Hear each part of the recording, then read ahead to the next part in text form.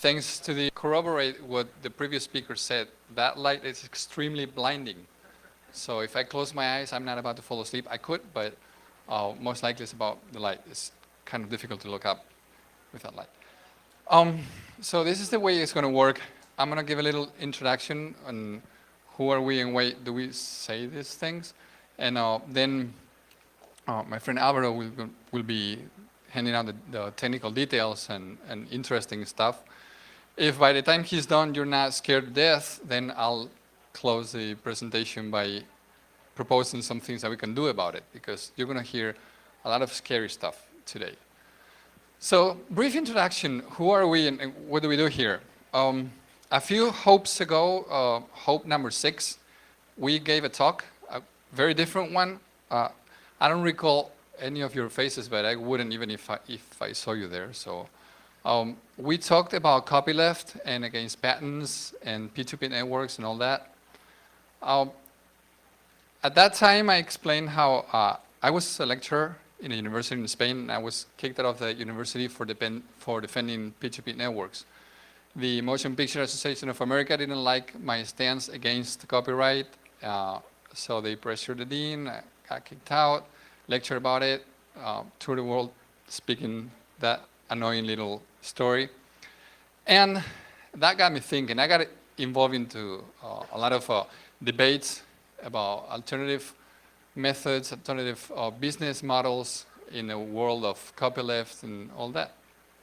So I decided that it was about time to do something, not just talk about copyleft, not just talk about free software, but to do something to prove these people they were wrong. They wouldn't listen to reason, they wouldn't listen to university studies and numbers. So let's speak the language they speak, which is money. So let's start a company that makes money with free software and prove to them that it can be done. That's why I started this company. I won't even mention the name, this is not a sales pitch. And I figured, free software, in which industry? And I thought, well, what's the most saturated market and yet controlled by the biggest corporations that are the least willing to go open source free software? Yeah, military, I know. After that, I don't like to mess with the Pentagon. Not anymore, though. Yes, the healthcare. Healthcare industry is controlled, dominated by a number of large corporations. You've all know them. I won't mention them. But they're very few and control a very large market share. So every time that happens, the incentive to innovate, the incentive to collaborate, the incentive to be open is extremely small. I mean, if you control a very large piece of the market, you know, who cares about what the customer wants? Who cares about innovating? Who cares about... And I'm not saying these companies don't innovate. I'm not saying these companies, individuals that work in there, don't care. I'm just saying as companies, as market dynamics goes, it just doesn't happen. So TrueNav started this company, knew nobody, knew nothing about this stuff, and just gathered around a few of my friends and hackers and programmers and stuff and said, let's do things in the medical device industry and the medical software industry, and let's see what's out there. Well, true enough, as soon as we started, we realized there were a lot of things to be done. We concentrated on medical imaging. But one of the things that I noticed from day one, and I said, someday I got to speak about this, and today is that someday, is the very scary security thing in hospitals, in healthcare networks, and environments. I know some of you work for hospital, like sysadmins and stuff, so I know some of you know more than I do about this stuff, but most of you don't, so I'll throw in a few terms that probably Alvaro will be mentioning so you know what it is. You've all been in a hospital, know what it is and stuff, so you imagine these scanners, for example. I mean, you get a CT scan, you get an X-ray, you get a ultrasound, they're all scanners to me, they scan things. Those are called modalities in the hospital world. Those modalities don't act like your regular scanner, like your desktop scanner. Some do. Some are pretty lousy and just throw you a JPEG. But most of them will output some file that is in a particular format. Should be a DICOM file. Some are different non-compliant DICOMs, and some are really weird. But they got their own files. They got their own protocols to talk to each other. Like you got the server. The server cannot be just a server. I mean, if you do video, you have a server. If you do mail, you have a server. If you do websites, you have a server. If you're in healthcare, you have a PACS. Because, you know, healthcare people are cooler. We need different acronyms. And the PACS is a server that takes files, they just happen to be DICOM, and it communicates through their own protocol, using their own ports and their own kind of stuff. But it's the server. And the scanners are scanners. They're just using their own kind of thing. Well, that goes on and on with all the things in the network in the hospitals. So hospitals have networks, have files, have servers, just like everybody else, but they are a little different. Why are they different? Because that way, the large companies that dominate that market can keep on dominated, or so they thought. A few years ago, there was a little change in the industry, and they realized they couldn't keep up with this is mine, I'm not going to let you play with my toys kind of attitude. They started to try to collaborate with each other, and that's what hell broke loose. Security stuff started to happen. You'll hear some things. I'm pretty sure you've all heard stories in the news about data breaches and accesses and all that. And it's going to get a lot worse because the holes are there. They're not easy to be plugged. They're not playing nice. They're not letting us. When you go, let's do this, let's do that, let's collaborate, let's open, let's share this information. They're not about to let that happen. So just so you have an idea on how difficult this is and how messy, Alvaro, like I said, will tell you stories. Where did we gather these stories from? Yeah, Google, like everybody else, but most are from our experience. We have installations in 15 countries. We've worked with like national health systems that we control their whole system, and we manage tens of millions of images every time we move something around. And we work with little tiny clinics with 2 doctors that will be having their iMacs on the desktop, and that's the whole setup. So we have a broad view, and I won't say we've seen it all, but because every single day something weird happens. Are you going to tell them about what happened just this morning? You want me to? Oh, you're going to do that? Okay, I won't step on your. I can do that? Okay, I can do that. He's giving me permission. Oh, look at this. There's probably some information in here. Somebody left this micro USB thing with, oh, I'm sorry, I'm keeping it. No, I'm joking this. Okay. Yeah, I'll just leave it in here. Okay. Here. That's data security in the 21st century. This morning, just this very morning in this hospital, I won't mention the hospital, I don't want to get in trouble. It's a customer of ours. They have this big, major professional basketball player coming in for a routine checkup. Minutes later, this online news service saying this player has this kind of problem, and here's the image, and here's what's wrong with him. And everybody's paranoid, everybody's freaking out. My phone is ringing like it's crazy. And I'm like, okay, I know, I read the news, let me check what happened. It wasn't our fault, number one. I've learned the US way, not my fault. But we checked, we logged in, and we discovered it was somebody, a nurse from the inside that wanted to make an extra buck and wanted to sell this story to the news. So it wasn't the fault of the software, it wasn't the fault of the system, of the server, it was no hacker, it was no network, it was a person. You know, the most security threats, not to say all, are people that have legit access to the information. You can't do anything about that. But there are things that can be done to improve the situation. And what is that situation? It's Albert's turn. Thank you.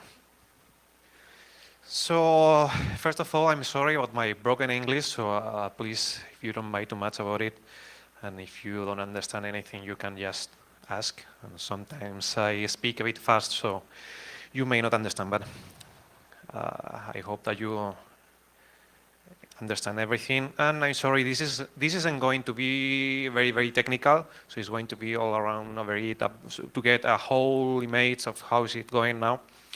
So just to get on it, right now healthcare institutions are going to get a lot of devices. They have a lot of devices of all kinds that are connected around the hospital on the networks. They have all kinds of pulse monitors, EKGs, magnetic resonance, X-rays, ventilators, patient info databases. Right now, almost every digital device on a hospital is trying to get connected to a central place, because we are now on the age of central information servers, electronic health records and everything. So historically all of this has been done disconnected. So the digital devices on hospitals has been there for a long time, but they used to be alone. So you had an X-ray machine and you get the files out. You had a computer where you have to take the files out, or you even didn't connect with other devices. So a lot of it has been done on paper also. But with the arrival of all of these craze of the electronic health reports, wireless networks and everything, everybody's in the craze of getting connected, and they are going to get like on the same state that your devices at home has, like all your iPhones and iPods. You have all your devices at home connected together, and this is the way they are going to get on the hospital. So is this helpful? Is this helpful? Sorry, what's my pronunciation? This helps a lot, really. It provides doctors a lot of information about the patients with current info about what the treatment that the patient is going on, and the illness, the health problems about the patient, appointments, an X-ray study you just have done on the X-ray machine can be diagnosed from the other side of the country, or maybe of the planet, like 5 minutes later, thanks to the image servers we were talking about, no? The PACS servers. So the nurses also can be warned about every problem that can arise on a patient on a certain moment, even if he's not at the hospital. Maybe if he's monitored from home, or maybe your implants can modify its behavior on some on demand, or maybe because your doctor maybe reconfigure the device or something. So also because of all these new craze, you can rest happily at home and be monitored and know that everything's okay without going to the hospital every week and being checked remotely by your doctor with all the new devices. But probably by experience, with all the devices you have at home, that you cannot just connect your computer, your laptop, your iPhone to the network and hope that everything is going to be fine. So all these problems that arise, like every 3 months or every month, that you just connect your computer and it gets infected by a virus or maybe a worm or whatever, just because they have found some problem. Even when you have a firewall, or you are with your antivirus updated, and you are supposedly just with your security up to the last minute, to the last security problems for you. But you know that anyway that doesn't matter, and that there are always new vulnerabilities, and you are going to find that your computer is on bad health. So if your computer is on bad health, and some computers are going to take charge of your health, what do you think that could happen about it? So sorry, but you're going to die. Your life is on charge of some computers that maybe can get infected or get some attacks, hacker attacks, but you will ask to yourself, so why will I die in a hospital and not by my illness? Why in a place made for taking care of me, for making sure I'm healthy, for improving my lifespan and my life quality?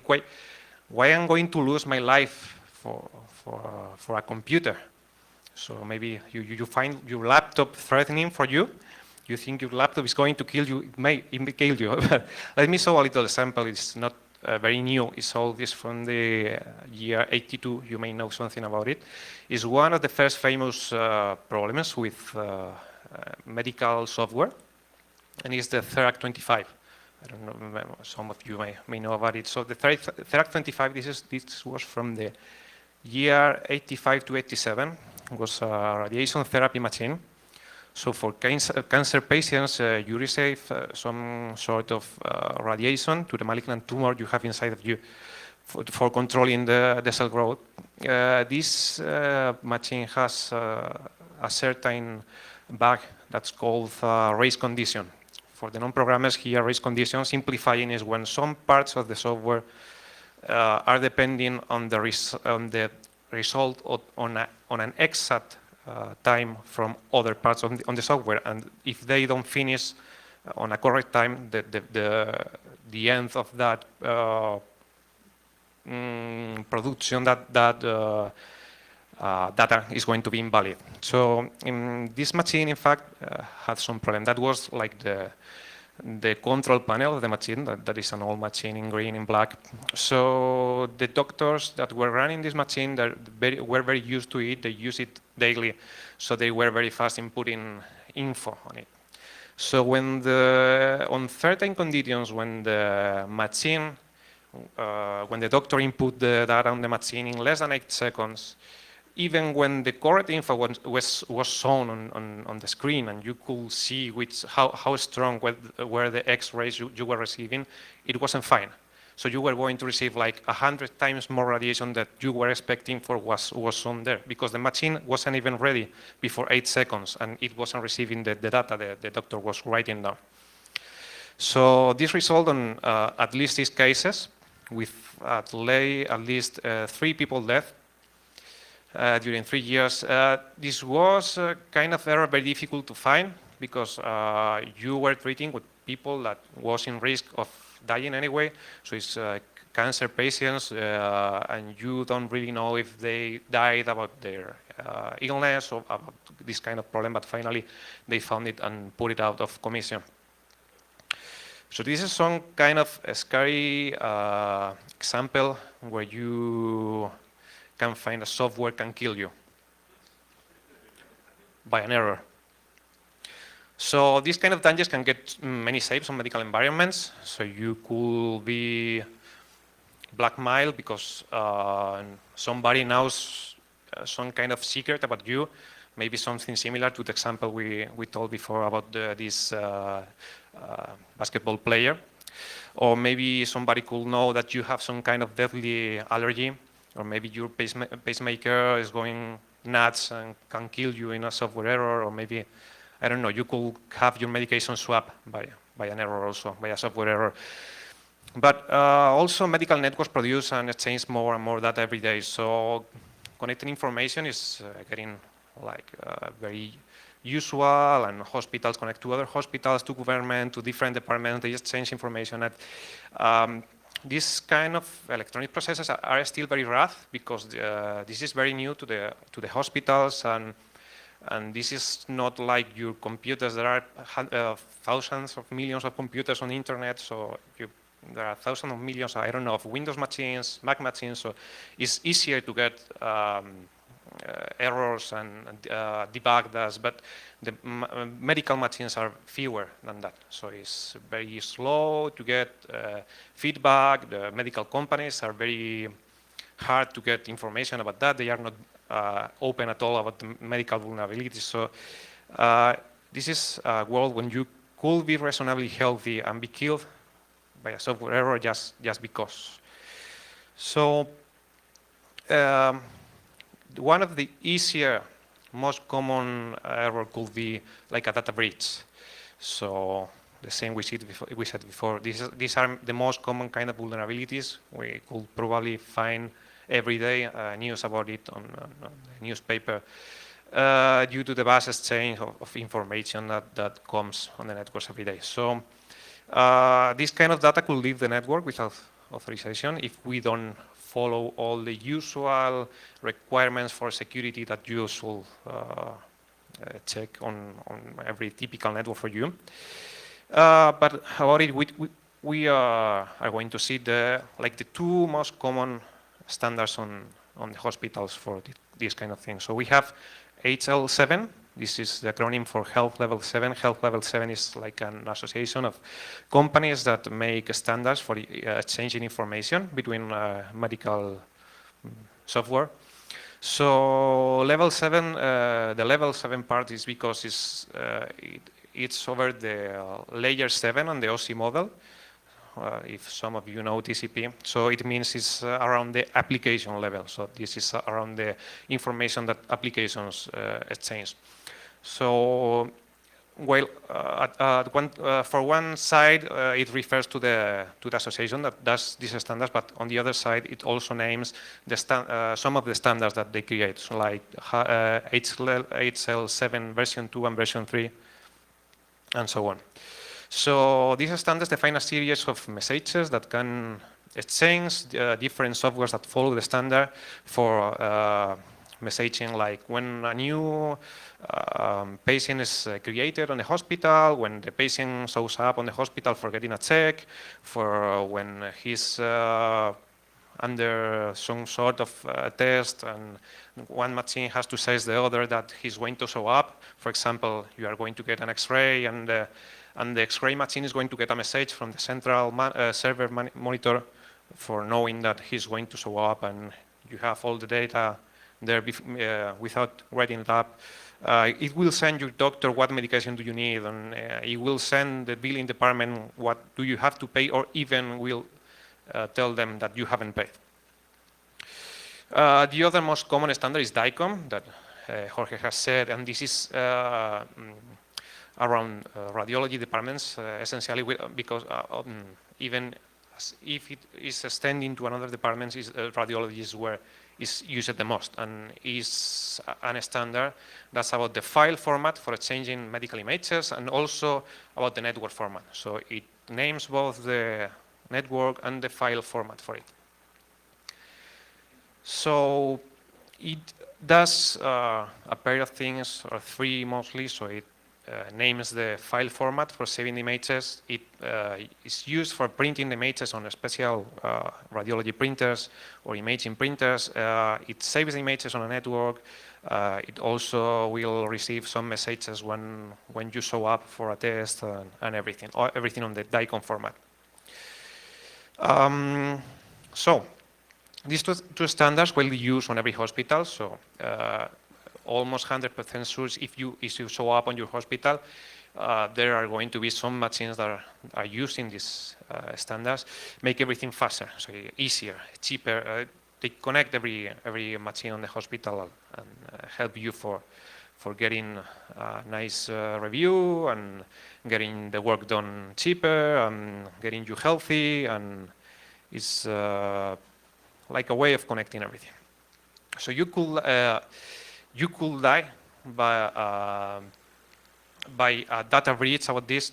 It's difficult to say. Not directly, because you couldn't die if somebody snoops on the network and takes some information about your, I don't know, your billing, or takes some of your medical images out. You couldn't die directly, but as I said before, maybe you could die if somebody gets some critical medical information about you, blackmail you, or tries to kill you, because I don't know what kind of motivation they could have. But so then this is a very low expectation that you could die at that breach. So we are going to put it like down on the scale of dying by computers.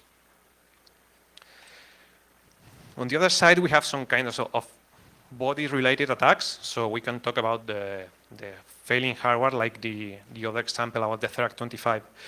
So there are a lot of hardware that hardware and software that interacts directly with your body. So that part is when we begin to get a bit dangerous. So there are a lot of same that we have seen, the X-ray machines, the CT machines, I don't know which kind of machines you can have for testing your health. We have a lot of implants that go directly inside your body and interact with you. So many of you maybe have some of them: pacemakers, insulin pumps, implantable defibrillators, neural implants, artificial hearts, cochlear implants. Some of you may have some of those. Those all devices are designed to improve your quality of life. They used to be very autonomous. If you have to make any change on some of these devices, as are they implanted on you, on the old times they had to put the implant out again. So they had to make a surgical correction. So that's not like very easy. They had to correct your pacemaker, or they had to tweak how your defibrillator is going. So from some time to now, they are having some kind of low power radio inside, so the doctor can connect to your device and tweak it, make some changes. How is the behavior of your device, and to improve how is it working with your exact illness or problem.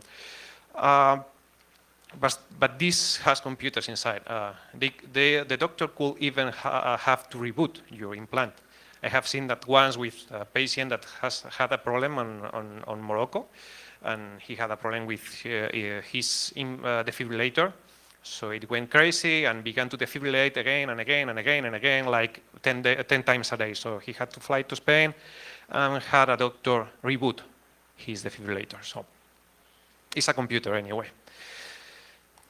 So this is one of the famous vulnerabilities. This is Jay Radcliffe. I think he works for IBM. Like a year and a half ago in Black Hat, he discovered, he opened like a vulnerability on an insulin pump. Do any of you have an insulin pump? No? You are safe, I know. You have one? You know this? You are scared. Just a bit. Okay, anyway, an insulin pump is a device that you get inside of you if you are diabetic. So, instead of having to put insulin, like each time you feel bad and everything, it has some kind of deposit with insulin. It's fine. Yeah. So each time that you need a bit of insulin is going slowly and feeds you for a month or 40 days or something like that, and you just go to the hospital and refill it again, and it's going autonomous. Something like that. I don't know. This device in concrete, it has some deposit of insulin. Yeah, outside. Okay, but it goes. But you refill that on the hospital? No, yourself. Anyway, how long does it last? A week? Okay. I have seen, or I have read about some that last like for 45 days or something like that. I don't know. Yeah. So anyway, these devices has some kind of radio control. So this guy discovered that he could go over the security measures that device has and pull all the full deposit of insulin inside of him without warning. That's not good. That's not good, really. So theoretically, the device that he was wearing, because he is diabetic, by the way, also has some kind of warning that vibrates if the pump begins to function. So he could also jump over that protection and dump all the full deposit of insulin on him. So that's you could die by that. He discovered that with a small antenna, that device is something that he made by himself, could function like even 100 feet away or so. So he could make this exact device empty all the insulin deposit on somebody. This device was made by Medtronic. Medtronic didn't even say anything like for a year, something like that.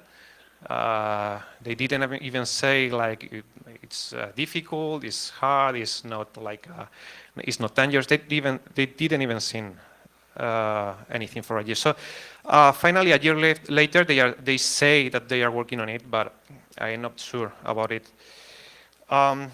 That was a very famous problem, but you have a lot of vulnerabilities like Panama in 2001. This is a similar case to the one to the Therac25, Theratron 70C. This is also a radiation therapy machine. So 28 patients died or exposed to radiation. The problems they found there is the they have a lack of plan verification, so they didn't have a standard for weekly or monthly or whatever to check how much radiation they were receiving. So how many people? Theoretically, 5 of the deaths were related to that radiation. So some people died there, but it's not only out of the States, but CEDAR-Sinai discovered like 2 years ago that during 18 months, some patients, hundreds of patients were receiving like, I don't know, like 20 to 50% more radiation that they saw. Only because the doctor that set up first the machine, when the machine came to the hospital, set up some value incorrectly, and nobody ever found that this machine was giving too much radiation. So they didn't find until a year and a half later. People kept losing all their hair when they didn't, and investigated that. But even the usual test on the machine that they made like monthly or so discover why this was failing. So this isn't the only software that you thought it wasn't friendly with you. You can find a lot of different softwares that aren't even inside of medical devices that can kill you or give you problems. At first, you can find antivirus. So you have some recent examples there. So in 2010, McAfee had some update that went crazy, went nuts, and began to reboot every computer where you made that update inside. So a third of the hospitals in Rhode Island on April 2010 reboot all the computers continuously until they pull all the computers out of the network and updated all the software. So they technically they shut down like a third of the hospitals in Rhode Island only for an antivirus update. Or more recently, I have some news about an antivirus deleting fetal monitoring data because the antivirus find like the log file of the computer was like strange, and it decided that it was something dangerous for the computer and deleted it. So the baby were fine, but they lost like the last 9 hours of monitoring for that baby. Also, you can find examples like K-Fashion, that the K-Fashion company that makes ventilators was hacked by a simple SQL bug. Like this was, I think, 2 years ago.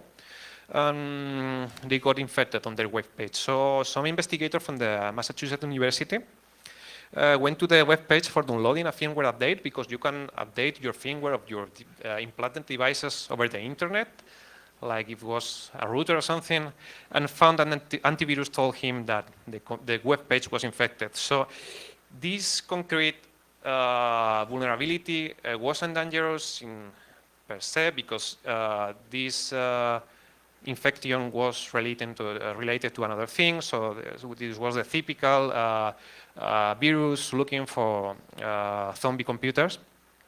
But if it was really malicious, they could find that you can download and don't notice the firmware that is infected, that has a different behavior that you will expect.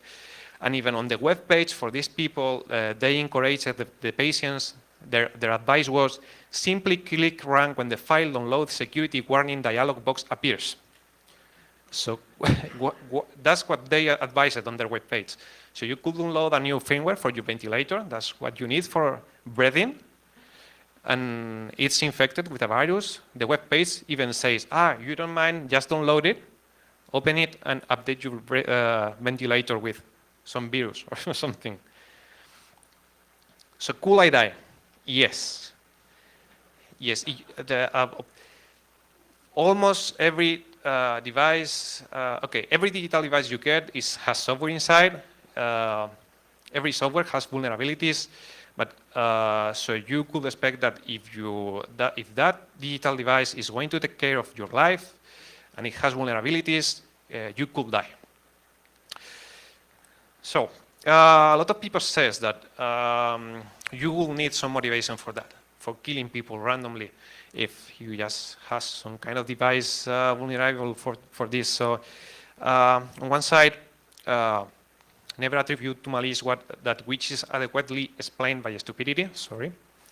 This is Hanlon's razor. So almost every of those people that were responsible of those bugs were acting of pure good faith. So they were programming software for taking care of you. They were programming some kind of radiation therapy machine for curing you of your cancer. The doctors weren't of good faith, and the programmers, theoretically, I should think that they were trying to do the good thing, but they were lazy, or they didn't knew, they just didn't knew and didn't do it right. But you have to see what the FDA says about it. Software failures responsible of 24% of all medical devices recalls. So I may think that this is really dangerous, and this is a thing right now. On the other side, people need no motivation to cause damage. So there are serial killers, there are crazy people, there are terrorists, there are, I don't know, whatever crazy people you can find around. So I have been told by some people that why would somebody investigate how to break an insulin pump or a cardiac defibrillator or whatever to kill somebody that he doesn't even know who is him, just because people does it. So we just cannot expect on good faith of people for not killing you if they have the opportunity to do it. I don't know if you can remember this, but you can remember the Chicago Tylenol murders from 1982. Some random people, I don't think they even caught him, decided to get Tylenol from the pharmacies, take it home. Sorry? No, I didn't hear you. And fill it with venom, put it back on the counters, and let people die just because. So you don't have to expect that people won't kill you just because you are not important or you have no enemies. So you should adopt common sense security practice. This is essentially for, I don't know, sysadmin on hospitals, or maybe people developing hardware or software for medical devices. But you have two problems here. So in one side, it's difficult, not only because it's difficult to make everything 100% safe, but because right now everybody wants to connect to every device. So you have doctors wants to connect from their offices to the hospital network, from their iPads, from their iPhones, from their home computers for checking the last things that happened there. So it's very difficult to contain every device on a separate network, on a secure network, and it's like a constant struggle to fight with them that maybe they don't need everything they want.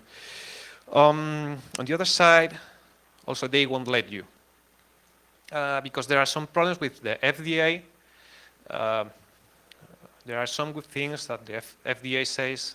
FDA mandates you to get some certificates and pass some tests for getting your device to the market, but also you cannot like upgrade or update your device because you have found a problem. If right now you find a problem on I don't know, an X-ray machine again, or like the insulin pump or whatever, you cannot, as the maker, you cannot update the firmware, upload that to the internet and just push it to everybody, because the FDA ask you to put all that firmware again to the test and have some bureaucracy going and call your lawyers and make some petitions and everything, and it could be delayed by months. So if you mix up that the medical companies are very close about this, and even if they wanted to do that, it's very difficult. You don't get like the last information about how's your medical device working. Also, liability. They don't want people to know that some of their devices can fail. So what's happening about this? There are some initiatives almost like public and private. FDA says it's developing techniques and laboratory expertise to assist our review staff in identifying potential vulnerabilities and evaluating risk mitigation measures. Like a bit difficult to know. It's like very vague and I don't know.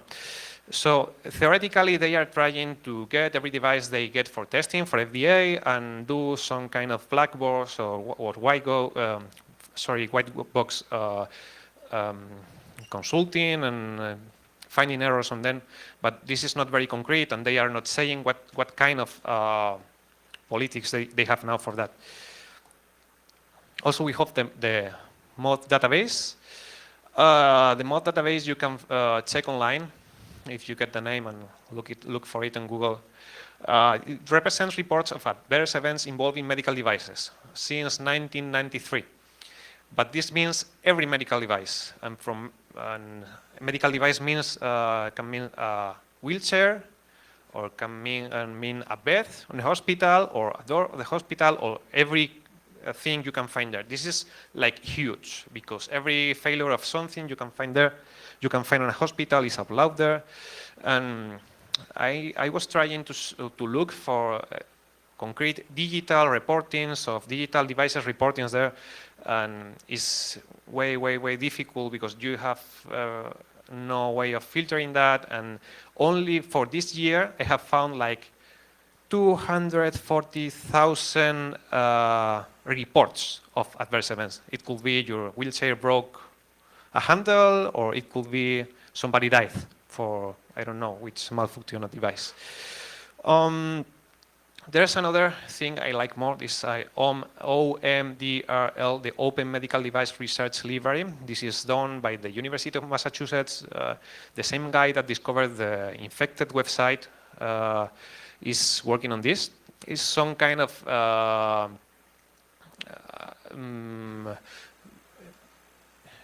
I don't know, initiative that they have put together. So every implanted medical device that cannot be used anymore for a human because it's already used or you failed or whatever, you can donate that.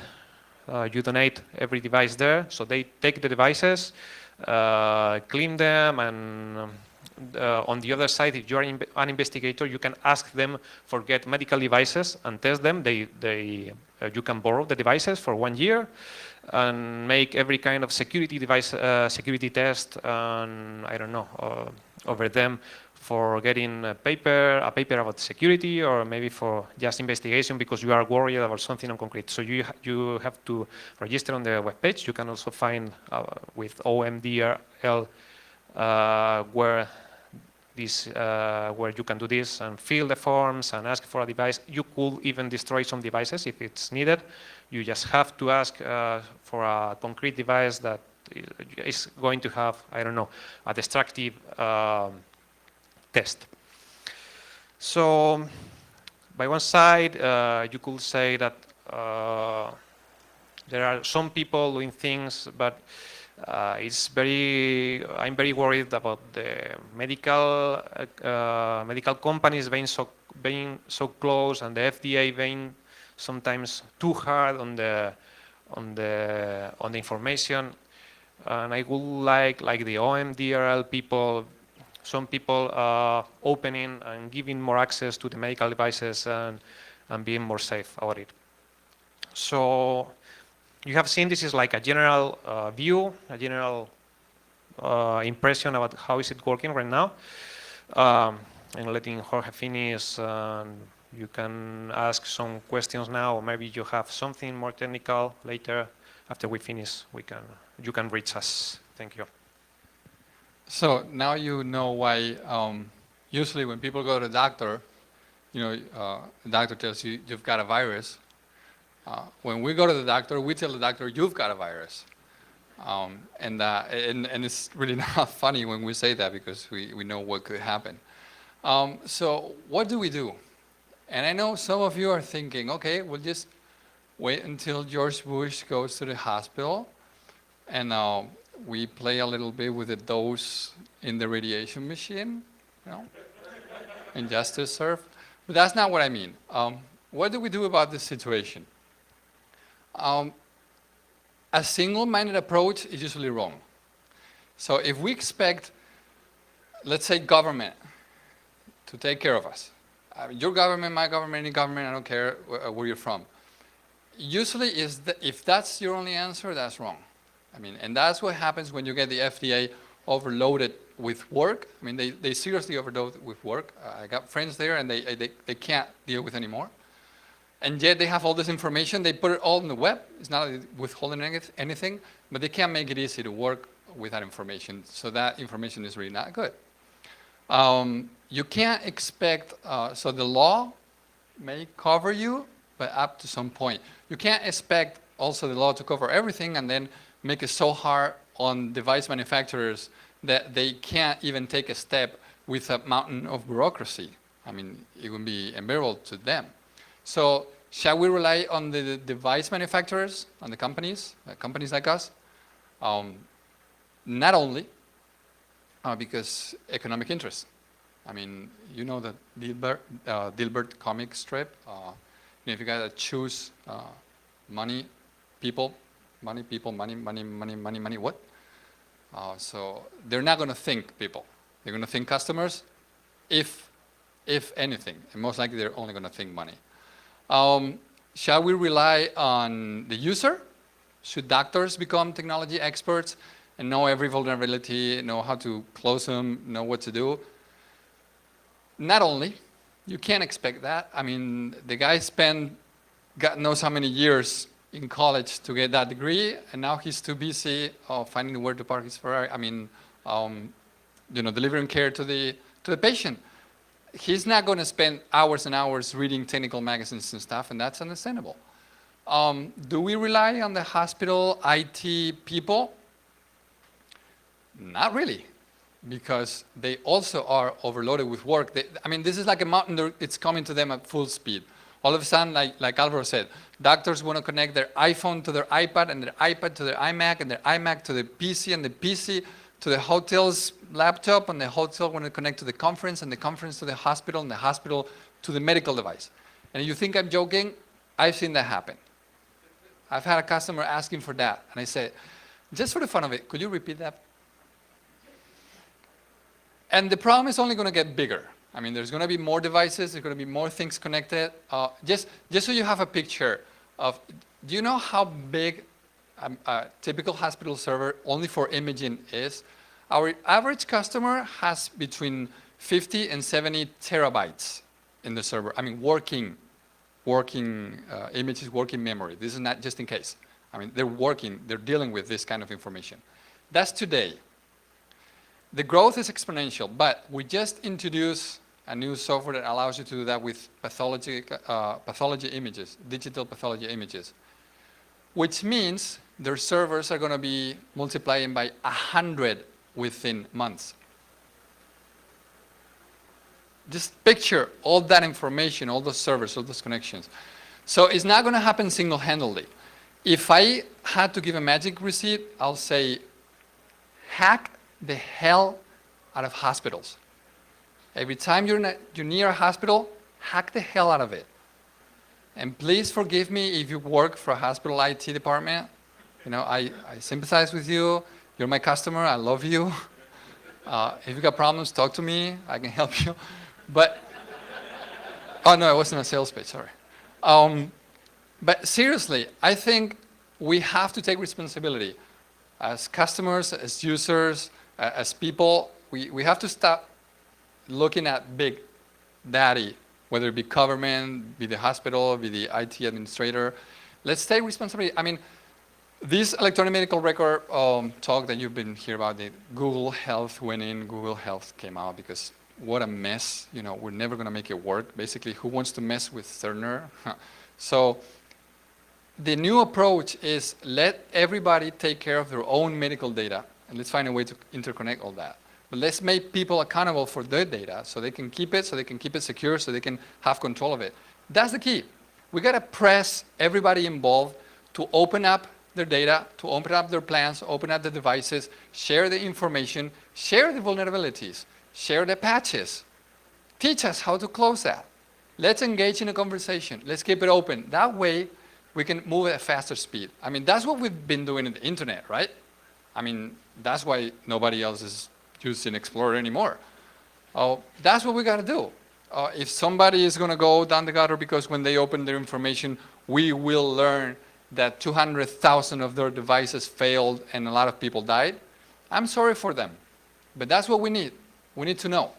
And in order to know, we need to ask for it because they're not going to give it to us. So that's personally my advice, but I'll leave it open to your questions. Thank you. Okay. Yes. I just wanted to point out the severity of the issue. You guys can imagine waking up tomorrow morning, you read that the 757 crash, sold to the lost Afghanistan, you'd be sad, right? And Sunday morning, they had the same, Monday, Tuesday, Wednesday. That's the equivalent of how many people die in our hospitals across this country every single day.